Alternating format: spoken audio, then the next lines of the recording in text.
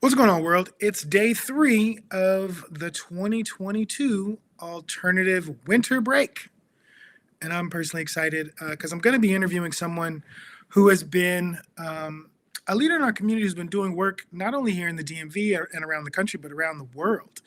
And I know that she and I got into a great conversation over social about her love of exotic foods and a willingness to try them and blog about it and encourage other folks to eat it. So this year, like we have in the past 2 years, we're hosting an alternative winter break around the media arts. So we've been interviewing people that are poets and writers, investigative journalists, bloggers, photographers, videographers, filmmakers.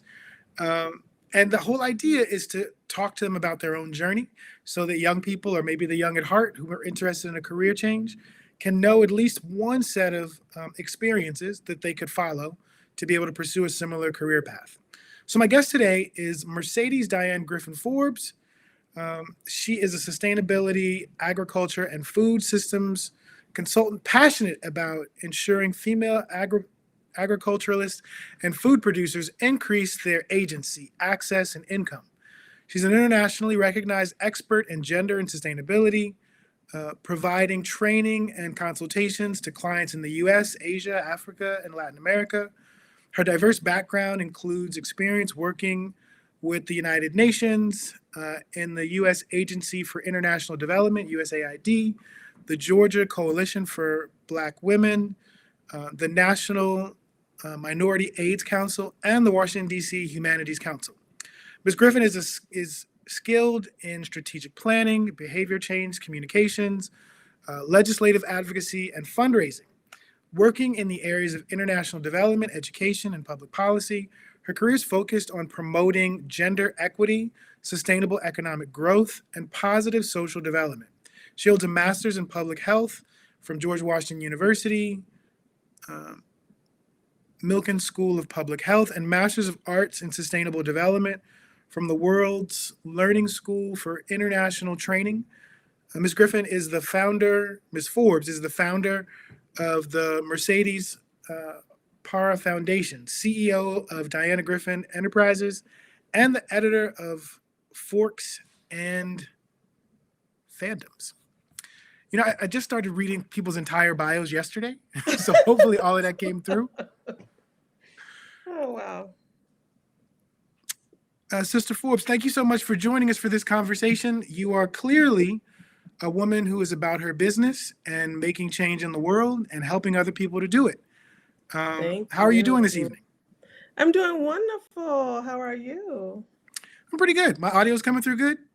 It's coming through loud and clear, yes. Yes. Yesterday was a disaster, so I'm glad that this plugging directly into the Ethernet is working.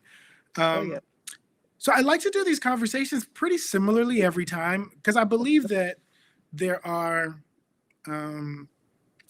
things that change makers have in common, whether it is books that they read or places that they were, the kind of mentors they had, and the families that they come from. And the family piece is not to limit you, like if you don't have that kind of family, but maybe there are people in your family who aren't in your house who are doing similar work. So I love to ask, the first question is, how far back in your own family lineage are you aware of? Who is your oldest ancestor that you are aware of? And if it's not an ancestor, it's okay if it's a grandparent, but just who is the oldest member of your family you're aware of?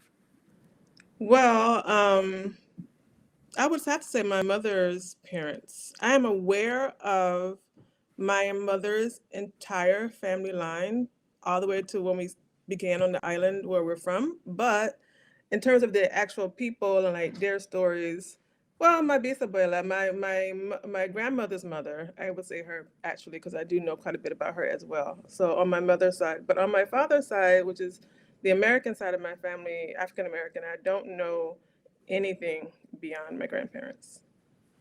Can you share what it is that you do know? Just as a context, like who are the people you come from that you know of?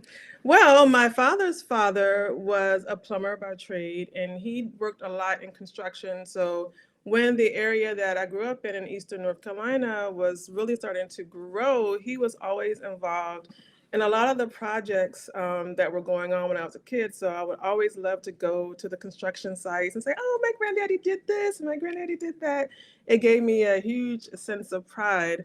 And also with my mother's father, he was a cement company owner in San Andres. So that's where the Forbes comes from. My father is a Griffin, my mother is a Forbes, and he was the richest man on the island. And our family is tremendously large. My mother has 26 siblings. So, it gives you a great sense of pride when I'm in San Andres to say, I'm Hullaby's goddaughter, granddaughter, because everybody knows the Forbes name. My my father's mother, she was really more of a caretaker. She stayed at home for the most part, but she had a lot of different odd jobs here and there, working with people around the town that we grew up in. But she was really passionate about church. She was really into the church and served on the church in various different roles. My mother's mother also was a homemaker. She didn't really work outside the home, but she was very entrepreneurial.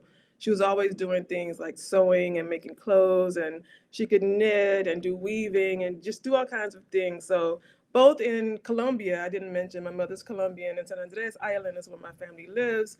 My family there were very much entrepreneurs, and my African American family from Clifton, North Carolina, same. They were very, creative and were always doing things with their hands and very involved in the community. So I get that from them.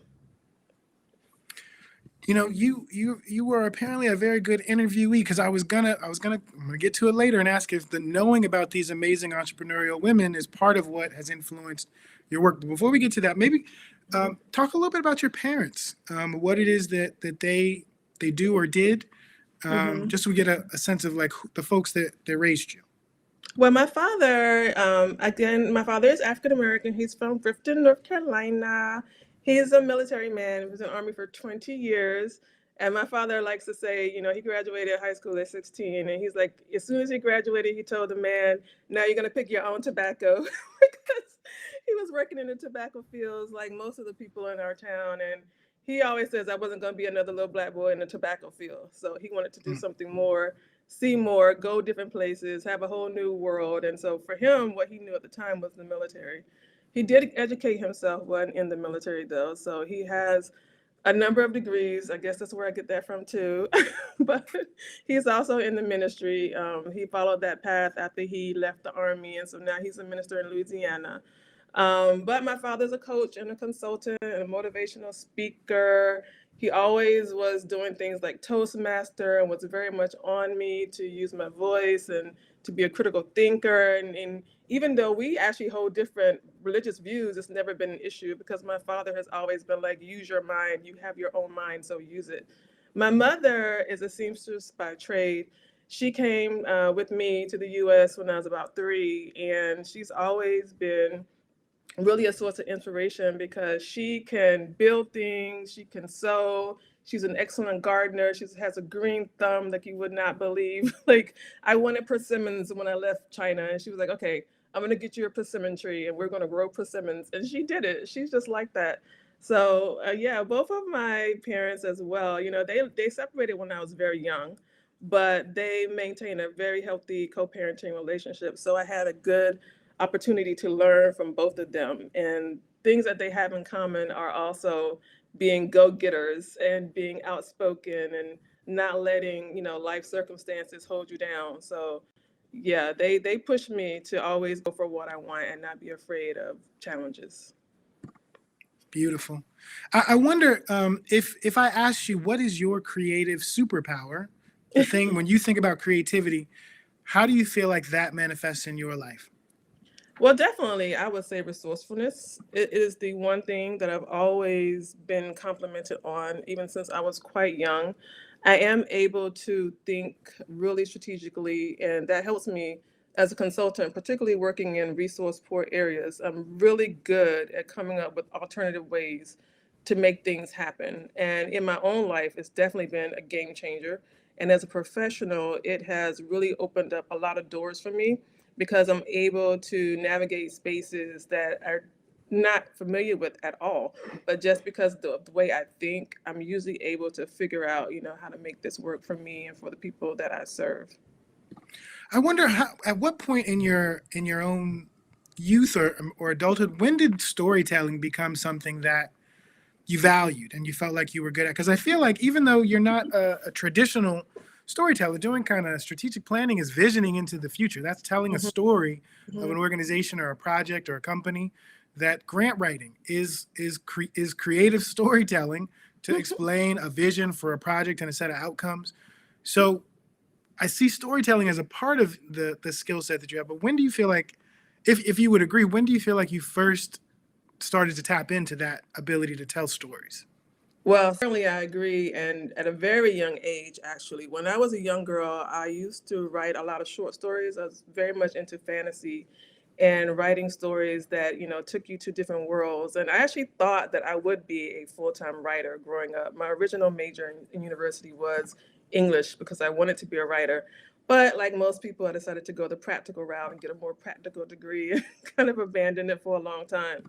But poetry, open mic, that was my thing all throughout college. I was always at a show, trying to perform. And I just love storytelling. I think that, being able to reach people in nuanced ways by opening up their minds and being able to create a picture is oftentimes the best way to teach and get people to understand that maybe they need to redefine, some things that they've been holding on to and really look at their perspective a little bit differently. And I think stories are powerful because they can do that.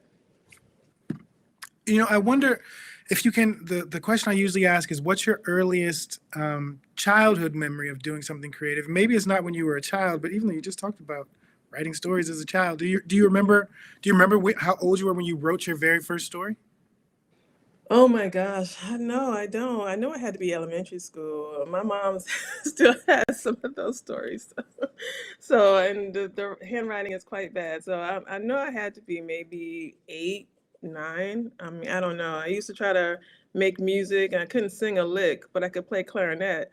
So, that I did when I was about 11. Yeah, very early, fourth grade, fifth grade. So being creative has always been something that's important to me.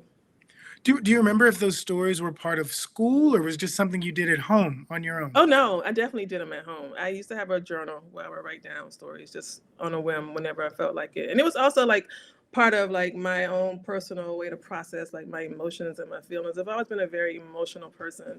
And when I was little, whenever I would get sad, I would write more than any other time. It would just pour out of me. So yeah, definitely always on my own. No one had to tell me to write. This is a really great point. I wondered, because you said your mother actually still has some of those stories. Was this a creative impulse, at least that was um, valued because she still has them? But was it something that Mhm. was encouraged at home? I wouldn't say it was encouraged in that there was any conversation around it. My mother is one of those parents that kind of holds on to everything her kids does, and particularly me because I was the oldest and I was the only child until I was about 9. So she has a lot more of my things than my siblings, just because it was just me for such a long time. But she did try to create space for me to write. I remember when I was little, I had like a little miniature table and chair set that I could sit down and write. She was very much about making me look for opportunities at school and get involved in as many school programs as possible. I did show theater, I did band, I did chorus, I did all kinds of things. And so we weren't a family that had a lot of money, and my mom had to work multiple jobs when I was growing up, so school programs was the only option. There was no money to put little Diane in ballet or anything like that. So if the school didn't offer it, then I didn't do it. So I had to, make sure that I was on top of what the school was offering so that I could have some creative outlets. That's a beautiful thing. Where'd you go to school? I grew up in Grifton, North Carolina. So for elementary, I went to Grifton School. My school had the same school for K through eighth. And then, well, actually, part of eighth grade, I was in Indianapolis with my father at Stony Brook Junior High for a while. Then high school, back to North Carolina. I went back and forth between my parents quite a bit, more so in high school than I did when I was younger. So some of my high school is in Indianapolis, but the bulk of my high school was in Georgia. So I actually finished in Georgia with my dad, my junior and senior year, Glen Hills High School in Augusta, Georgia. And that is actually my fondest high school memory. I really loved that school. It was the first time I had been in a predominantly Black school. And it was the first time that it was Black middle class, because growing up in North Carolina, unfortunately, most of the Black people that I grew up around were quite poor. So I wasn't really exposed to like affluent Black people until I went to Georgia. And it really allowed me to see that, oh, there are Black people that do things, that run things, that control things. And it really sparked something in me that I feel made my life very different from what it probably would have been otherwise. And I went to Clark Atlanta in Atlanta, Georgia, because of the experience that I had in Augusta. And how was your experience going to, is Clark a HBCU? Yeah, baby, So you HBCU. were, I think you are my, yes, you are my third guest in a series of three, all of whom have gone to HBCU. So maybe talk a little bit about, because some of the people who are watching this are high school students who are thinking about Mm-hmm. college and whether or not it's for them. So there's an opportunity to talk about that experience you had at Clark. Yes.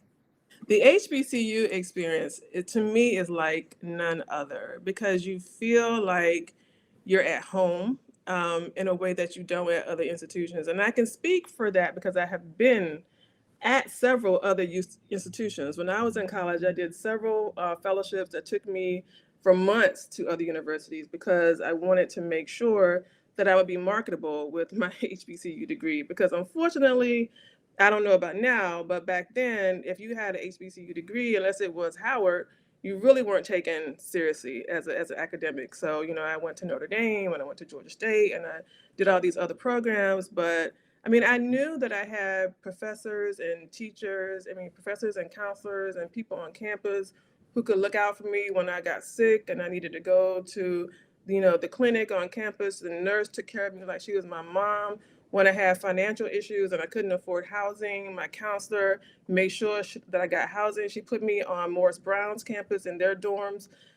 That would not have happened, I don't think, at a traditional university. No one's looking out for you like you're their daughter at these schools. And, when I went to Notre Dame, half the time, we're at the Multicultural Student Center because someone has had some teacher say something to them that makes them feel like an outcast and unwanted. And there's always some racial something, the Black graduation and the Latino graduation and this graduation. I'm like, why are we going through all this? Can we just go to school? Can we just study? I don't want to deal with this when I'm in college. And, for me, I don't know if it's a generational thing, but definitely I wanted to be around Black leaders. I wanted to be around, people that I felt could open doors for me. I wanted to take classes that were Black focused. When I'm studying biology, I want to know about sickle cell and how slavery and the breeding that went on during slavery created this anemia that we're all dealing with now.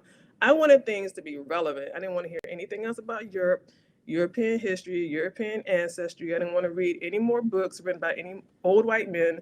I wanted something that was relevant to me and my people and my community. And so for me, HBCU was the only way to go. And I absolutely loved my experience at Clark Atlanta. I wonder, because you're the first person I've been doing this for 2 years now. This is the third year. You're the first person that's gone to an HBCU that talked about having fellowships at other universities as part of their own undergraduate, or is that part of your graduate experience? So Undergraduate, part of yeah. your undergraduate experience. Maybe can you share a little bit about that because you're the first person to talk about that? Okay, well, the first program that I did was called Candex McNair. So the McNair Fellows is a trio program by Department of Education for minority and low-income students to promote them going into advanced degrees. The program at Clark Atlanta was actually a partnership with Notre Dame and Xavier. So they would take us from Clark and the students from Xavier to Notre Dame every summer to do a research project. And I did a project there with the Notre Dame Parenting Project because my degree was psychology and I was always interested in social dynamics, focusing on social psychology. So my project was looking at gender identity and gender typing, actually very applicable to today's headlines, but gender typing and parenting and how parents shape their children's gender identity with the way that they interact with them. That was my project, and I was there for 3 months. And when I was there, I also found out that they had another exchange program in partnership with Clark Atlanta. And it was a cooperative exchange fellowship. So you had to design your own coursework and research. And I applied to that and was able to work with the behavioral projects that Notre Dame had, looking at kids that had special needs and academic and motivational learning. So I stayed an additional term with that program. And again, I love Notre Dame, so I kept looking for reasons to stay there. After I graduated, I went back to Notre Dame to do the Pew Fellows, Younger Fellows program. So I did a project in statistical discrimination, looking at the housing, employment, and what was it, housing, employment. There was a third sector, I can't remember it right now off the top of my head, but looking at how statistical discrimination is used to keep people of color from being able to maximize their potential in these different economic sectors. So things like redlining, things like taste-based preferences when it comes to hiring. That's the type of things that we looked at, and we had to crunch the data to support, our hypotheses. And I was there the entire summer doing that as well. Then I went to Georgia State to do anthropology and African American studies.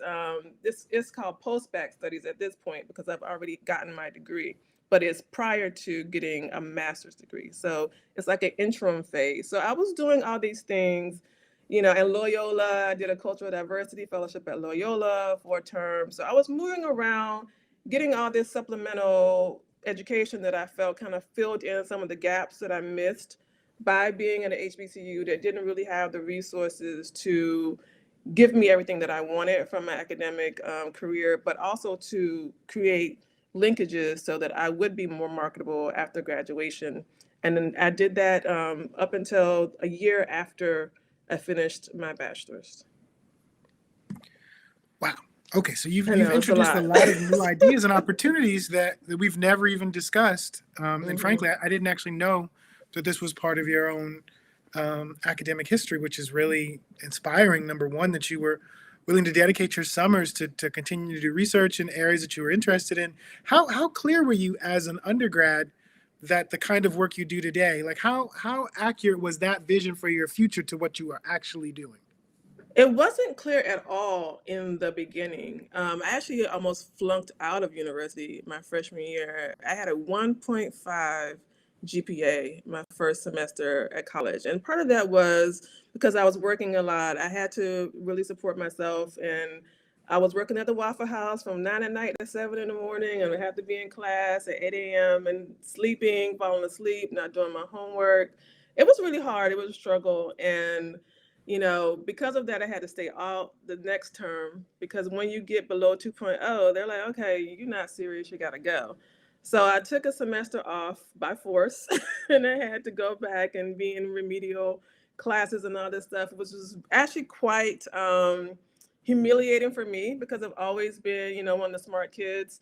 And so now to like have this really super low GPA and have to tell my parents that, yeah, I have to take these remedial classes because I got a D, in algebra. And they're like, what? What do you mean you got a D? How's that possible? But, when you have to work, you got to survive. Sometimes, things that you thought were important get put on the back burner. And luckily, when I did go back, I was able to, again, find mentors who were like, okay, you have these financial struggles. You need stable housing. Because I was bouncing around from house to house to house my whole first semester too. So that was another part of the issue. I just did not have, any way to like pay for school, to pay for housing, to get food, to do anything.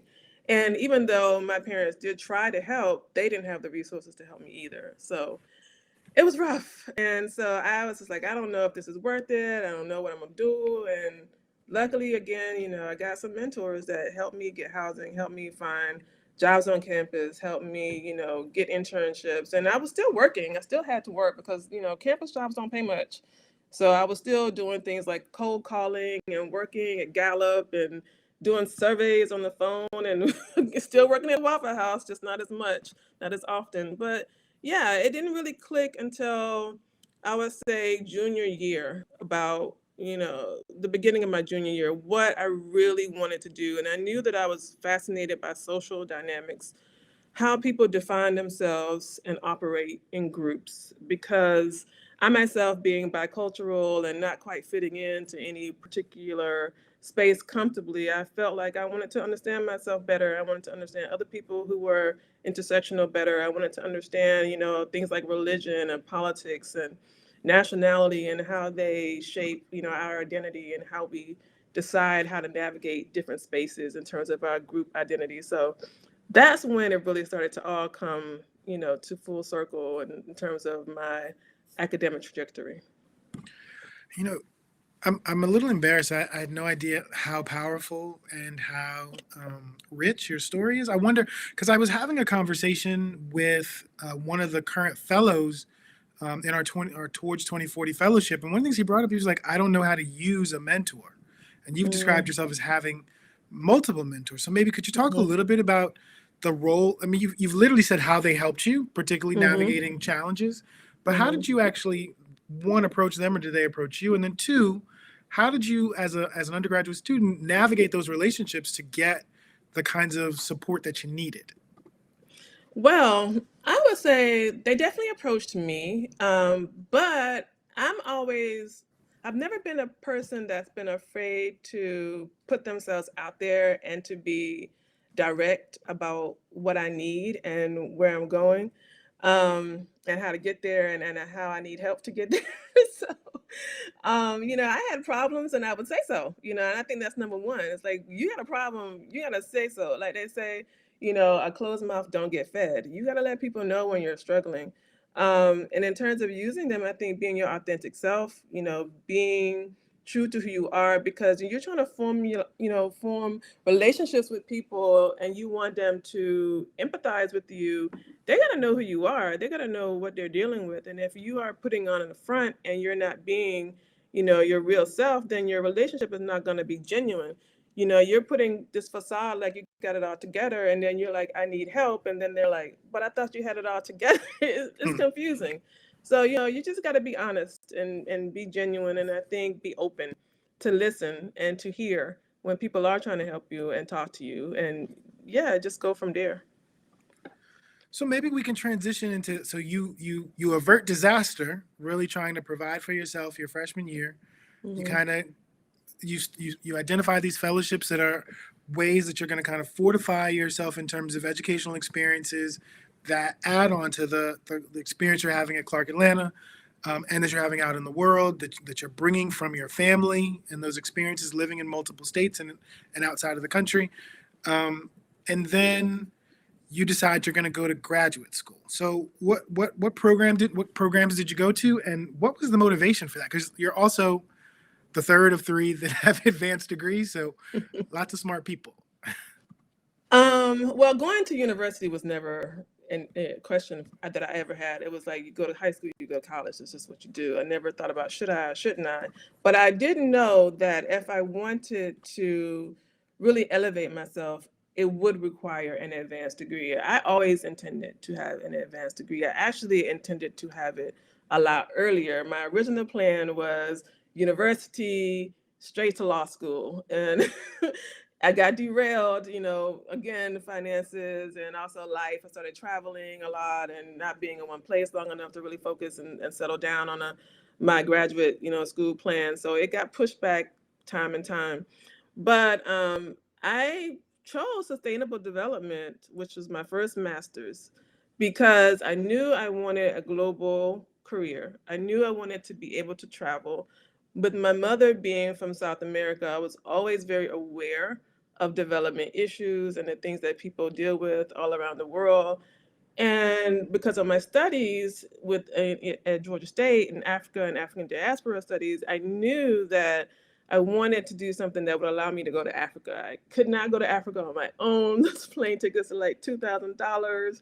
So I needed to shape a career that would let me go and do and see the things I wanted to do. So at the time, sustainable development was a really new, emerging field. The United Nations was having their first Sustainable Development Conference in a couple of years, and I knew that, okay, this is something maybe as a Black woman in particular, not having a lot of Black women in this field, it'd be a good opportunity for me. I ended up in Vermont because I was going to do the Peace Corps. Peace Corps has an international fellows program where they will pay for your master's degree if you go into the Peace Corps after you complete the program. And that is what I was going to do, because the school, which is World Learning School for International Training, World Learning is based in DC, but the university is in Vermont. They only do international studies programs. That's all that they do. Um, and when I got there, though, I said, I don't know if I want to do Peace Corps. So I changed my mind about the Peace Corps part, but not about the education part. So I paid for my own degree, and I did not go to Peace Corps. I actually went to China to work for a year after graduation, and I did my fellowship, which is a requirement of the degree, partly at the UN in New York for the summer, and then in China teaching in public school for the year after. And so that is how I got that degree. The master's in public health I actually just completed in June. And that came about because of my career working in agriculture and food systems, and seeing the gaps with people who are growing food and exporting food for the whole world, but they themselves are starving and suffering, chronic malnutrition and all the problems that come along with that. And to me, like, that's a huge disconnect that is unacceptable. There has to be something done about that. So I wanted my career to be able to encompass more of the nutrition and food security aspects of the work, not so much just focusing on the marketing and business side of agriculture and food production. So that's the reason I did the second MPH. But in between, I actually went to law school. I went to law school for a year and a half. I had a very young baby, though, at the time, and it was just really hard for me to push through law school as a single mom. I do have a great father for my son who we co-parent well, but still, I couldn't do it. I don't know how people are able to, but I'm not cut out like that. I needed to be home with my kid, and yeah, I couldn't focus on anything when he was around. So having a newborn baby and trying to go to law school didn't work for me, but it is a dream deferred. I do want to go back, so maybe adding some more letters to my name. There's this, I don't even remember the brother's name, but it's this older, tall elder who walks around DC, and his favorite quote is, "There is no culture without agriculture." And this Mm-hmm. idea of being able to produce the food that you eat. I've got good friends who do things like run community gardens here in DC. Yeah. And one of my favorite things about traveling to Uganda is that it is a place where the soil is so rich you could literally drop a seed any place and grow whatever it is that you want. So that Hmm. there's literally rows and rows and rows of fresh fruits and vegetables grown in the country locally, by the Interesting. people likely selling it. And to the Mm-hmm. point that one of my favorite communities are the rapping farmers. There's a community of MCs that are also farmers. So they farm for a living, but Mm-hmm. they create music for their passion. I wonder, Yeah. in the work that you've been doing globally, the ways in which culture intersects with agriculture, and how the ability to distribute um, produce and fruit and food in general, how that potentially ties in or doesn't with the ability to distribute the cultural products that people make. Huh. It's interesting that you asked that, because I just came back from Zambia about a month and a half ago, and there were no cultural products that people were making, and I was quite shocked. I was working with a group of farmers there. And one of the discussions that I had with the cultural officer was about the cultural disconnect that has gone on there. And a lot of that does have to do with religion, and the fact that, a lot of African religions are based in nature and animism and, the environment and their connection to the land and the sun and the earth and all of that, and the art that they create is a reflection and extension of that. And so you lose one, you lose the other. And that is something that happened in the community that I was working with. And it was really stark to me, because I was there for weeks walking around like, do you know anyone that makes handcrafts? Are there any women that are producing tapestries? Nothing, nothing. I've never seen that in any country that I've gone to. And I'm wondering, like, is this a trend that I'm going to see elsewhere? Because I haven't been abroad since 2019 because of the pandemic. This was the first year that I was able to go, and it was quite disturbing, actually, to see that, because Yeah, they're all interconnected. I mean, if you look at like religion globally and cultural expressions in terms of philosophy and worldview, they're very tied to food production. You know, our ancient gods are tied to our, agricultural cycles. You know, everything about the way that we interact with the earth for a millennia had to do with food production. And so we are getting away from that and we're getting away from it globally. And I do feel like it does negatively impact the ability for people to be creative and to, tap into their inner selves in a way, because being able to make things with your hand and being able to create and unique things that are a unique expression of yourself and your culture and your identity and how you see the world, it's kind of hard to do when we're all homogenous. We all think the same and have this group think that's dominating the planet. But so I won't go on a tangent with that one, but yeah, it's something to think about. Well, maybe can you talk? You talked about that trip to Zambia being unique. Are there? You talked about traveling to China. You talked about working in Latin America. Like, Mm-hmm. how are culture and agriculture manifesting in other places that you've been?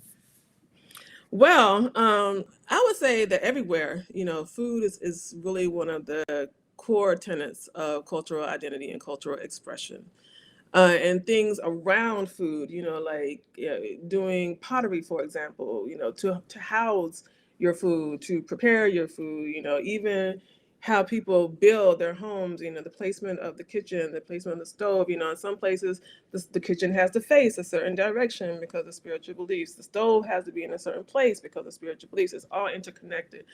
Um, I would say for most of the African countries that I have been in, I'm usually in areas that are dealing with some sort of devastation. Either there's a drought or there is, a lack of access to water because of infrastructure, not necessarily a drought, but it could be infrastructure. It could be they don't have roads. It could be, political unrest. It could be a number of things, but there's usually some sort of devastation that is negatively impacting the people's ability to produce food. And so I am coming into these areas not seeing what you saw in Uganda, lush, green, beautiful, gardens flourishing everywhere. I'm seeing the exact opposite. I'm seeing dead soil. I'm seeing crops that are treated with various agrochemicals. I'm seeing people who themselves are dealing with the health ramifications of being surrounded by all these agrochemicals. I'm seeing, people who are growing onions to hopefully export, but going to bed every night with an empty stomach. So what I'm seeing is very, very different from what you saw. Um, and I have worked in, at least 14 African countries, if not more. I mean, many. In Latin America, in my experience, is a little bit better off. One, because of economics. Those countries are economically stronger. They don't have the same history of colonization that Africa does with Britain and France and Portuguese.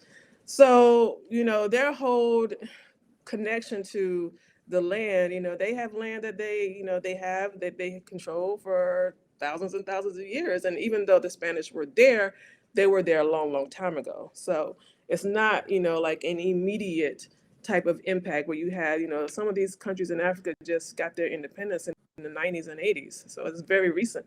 It has a very different impact, so I would say, in terms of what I see, it's very heartbreaking to see the things that I see. But I feel like everywhere you go, food is core. Food is central to who we are, how we define ourselves, how we interact with one another. We all celebrate special occasions with food. We all have food that, we identify as part of, our cultural core. Food that, if you have, for example, if you have jollof from Nigeria, it's going to taste one way. If you have jollof from Ghana, it's going to taste a completely different way. So we are, we're very tied to our food in a very intimate way. No Jollof arguments on this broadcast. Nigeria jollof. I think this is really It's interesting because, to be honest, when I travel to Uganda, one of the things that I think about is that it's one of the three countries in Africa that are regularly on the news in America, the others being Egypt and South Africa, in terms of American interest in it for different reasons, especially Mhm. in the last 5 to 7 years around kind of the work that Christian missionaries from America are doing there, or the interest of the U.S. government in terms of the expansion of its embassy and all that, on all of those things. I wonder, because one of the things I've seen happen a lot in the Middle East in particular, or in the Arab world, is the development of programs around storytelling sponsored by USAID. And I wonder, Mhm.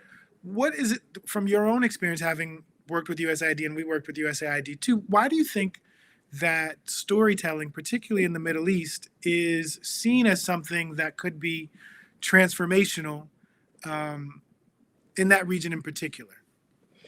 That's actually something I am not aware of. That's news to me. I didn't know that they were funding storytelling initiatives. Well, it's usually it's usually called street theater. So people will do kind of pop up theatrical events where they're telling a story about a tradition or a community, and you don't even have to know the details of that, but just wondering why public storytelling outside of a theater. Mm-hmm. I've seen similar things in the U.S. in terms of public street theater. Why that would be of value to U.S. interests in the Middle East. I can't say specifically. I can say from the development aspect, we use community theater a lot when we're trying to teach people something. So, for example, like if we're trying to have a water and sanitation project and we want people to understand, why they need to do certain behaviors, we may have a community theater that will demonstrate, okay, if you do this, this will happen. If you do this over here will happen. So it creates an image in the mind. Also, you're talking about in the developing world, you have a lot of people who are not formally trained, particularly women and girls. Many countries in the world do not go to school at all. If they go at all, it is only basic elementary. That's it. So they're not literate. So you need to be able to reach them in a way they can understand. Even in my programs, whenever I do a training with groups, I normally teach marketing using symbols and theater, and I try to get people to understand, like a day at the market. If you're doing record keeping, this is what it will look like. If you have a day in the market and you're not using record keeping, this is what it's going to look like. So you're trying to reach people in a language that's universal, and I think community theater does that. um, Community theater in and of itself, I am not aware of. I'm sure it would have to be tied to some sort of No, you're right. lesson or plan or something that they're trying to infuse into the cultural consciousness. You are right. To be honest, the reason why it struck me is as interesting was mostly just because I didn't understand why they wouldn't do like something on the radio or something on Mm. television or something Oh, on a everybody doesn't have YouTube. access. No, I know. I actually work a lot in Egypt, and in the area that I work in, it's a town called Fayoum. It's quite far from Cairo. I think my drive is about an hour. But the farmers that work in the rural areas outside, they don't often have access to television and internet and things like that. So you will oftentimes find, people may have a smartphone, but they may not have data because they buy data by bundle. So you buy, you upload a certain amount of data to your card and it may last you for like an hour. You don't have any more data. So, having YouTube and just being able to get on YouTube, that doesn't happen everywhere. That's something that is very Western, very first world. And even though you think, okay, the internet exists everywhere, no, there are all kind of firewalls in different countries that keep certain information from being inaccessible. China is definitely one of those places. There are many websites you cannot access. In the Middle East is also, there are many websites you cannot access. So just putting something on the internet, is not going to necessarily be a fix. And oftentimes people won't have access to it at all. Electricity is also an issue. So even if there is, Wi-Fi infrastructure, is there an electrical grid? Is there, an opportunity for people to work online? A lot of countries in Africa do data rationing. I mean, electricity rationing. So if the farmer is working in the field all day. Will they have power at night? They may not. It may be that their only free time is during the time when there's rationing. So they can't get online anyway because they don't have any power. So there's all kinds of limitations. I think, community theater is a way to reach people, as I mentioned, that is easily digestible, but it's also low cost. It doesn't cost much to get people to get together and put on a skit. I'm learning. I really appreciate those insights, because one of the things I wonder, when I reached out to you about this, I didn't know I didn't know almost any of these things. I really reached out because of your travel blogging, particularly around food, and I love the idea that you could create a blog about anything, especially if it's something that you're interested in. But I Yeah. knew all of this kind of educational background, but the food blogging didn't seem to fit. And even when I reached out, because you were going to eat something, I don't Mouse. remember if it was a mouse. I thought you were joking. You were like, nah, bro, I do this. And so what made you decide that blogging about food from around the world was important? And then maybe we can, because we're getting towards the end, let's talk about the work that you do specifically with women, and why centering the labor and the creativity and the ingenuity of women is central to the work that you do. Well, it's kind of all interconnected. I started blogging back in 2012 when I was doing a lot of political work in the United States. And I was doing a lot of public speaking and traveling. And I wanted to just tell the story about what I was doing, where I was going, who I was working with, what I was learning, what I was seeing. And so that's when I started DG Speaks. And as a gender specialist, which is what my title normally is when I'm working overseas, women are the predominant food producers in the world. Most of the agricultural work in the world is done by women, but they control and own very little of that resource. So for me, I always knew that the best way to empower women is to meet them where they are. And where they are is typically in food space. And so, my writing around food and culture is tied to the work that I do. My interest has grown exponentially over the years. The more that I'm exposed to people and in the way they eat and how they prepare their meals, and as I work with them to transition oftentimes from subsistence-based farming to food retail or market-based farming, and oh, you have mangoes. Okay, you want to dry your mangoes. This is how you dry your mangoes. This is how you make money from these mangoes. This is how you market your mangoes. This is how you export your mangoes. It's all like step by step by step. And I get a lot of inspiration to tell stories from those things that I see. As of late, I've been writing more along the lines of travel and my personal travel experiences, because I'm realizing that I'm not seeing enough people who look like me when I travel. I don't see enough women of color. I want to be a source of inspiration. I want women who look like me to get more involved in the world that I operate in, because I'm tired of going to a country as the foreign expert and people are expecting a white woman. It's not acceptable. People need to know that Black women in America and other parts of the world have something of value to contribute, and we are here to contribute it. I don't want people to think that, that their salvation lies in someone that is other. And that is oftentimes the narrative. Development does really influence the patriarchy and the paternalistic mentality that the West is the source of everything good and the rest of the world is somehow, deficient. And I want, people to say, no, no, we all have pieces of this puzzle. And if we all work together, we can make this world a better place. And I think that does start with women of color, Black women, Hispanic women, Asian women, women who are not white, going to do some of this work, because we have to change that narrative. We must change that narrative. And so I've been trying to tell more about, this is how I live. This is how I live. This is what I'm doing. This is where I'm at. Look at me. Don't you want to come? Don't you want to come join me? You can do this too. So, yeah. I wonder how much of that it was funny when you first started talking. I was like, you are not following the right Instagram channels, because all of the people I see abroad living their best lives are women spreading their black girl magic.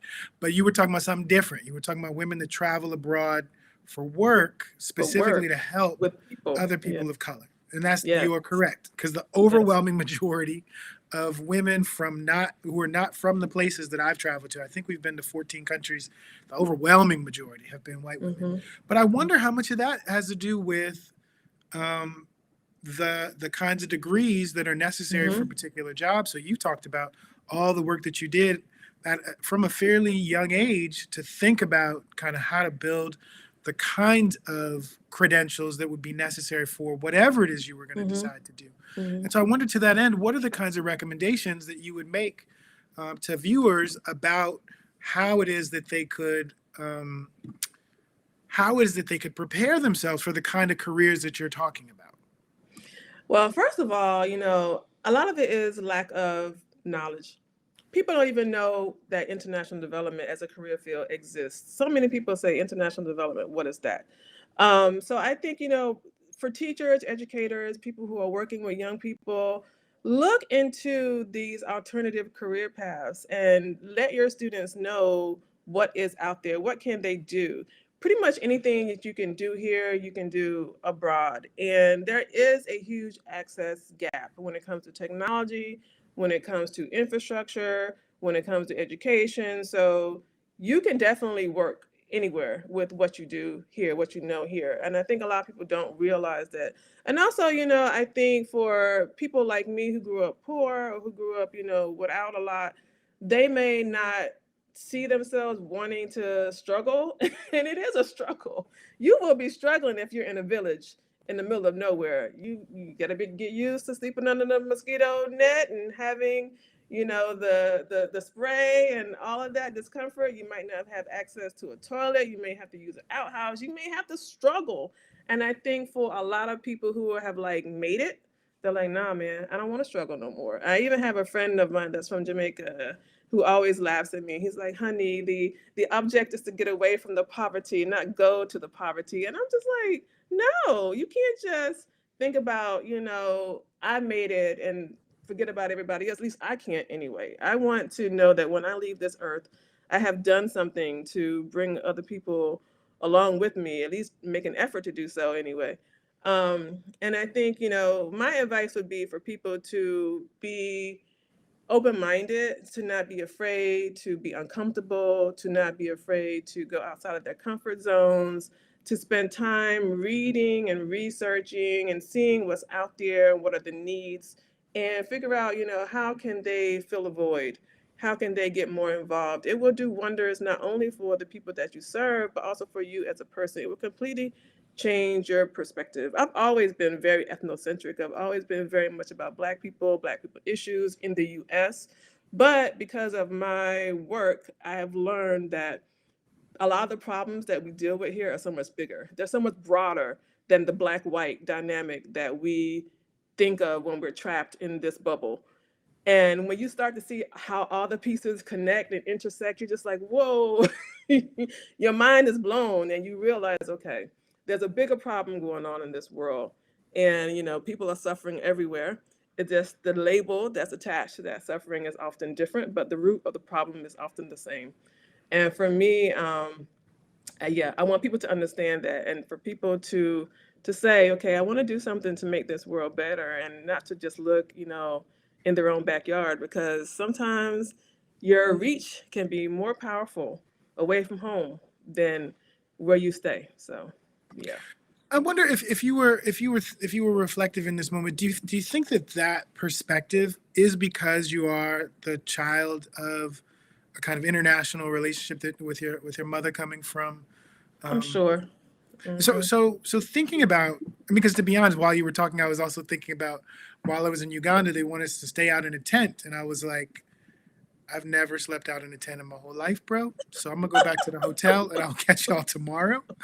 But I think but sharing that is to be able to say, like, you can support what's happening abroad, and also to a degree experience a level of comfort and be invested in the people who live there, who are Hmm. doing the actual work. At best, like, um, there's a word that every little child who sees anyone that does not look Ugandan will call you, which is a Mzungu. which is foreigner. And I Yeah, I remember know the that first word. time I was called a foreigner, and I was with 2 other black people, and they're like, "Are they calling us white?" And it's like they were calling Rwandans Bazungus too. So like this idea, anyone that's not from there is just a foreigner.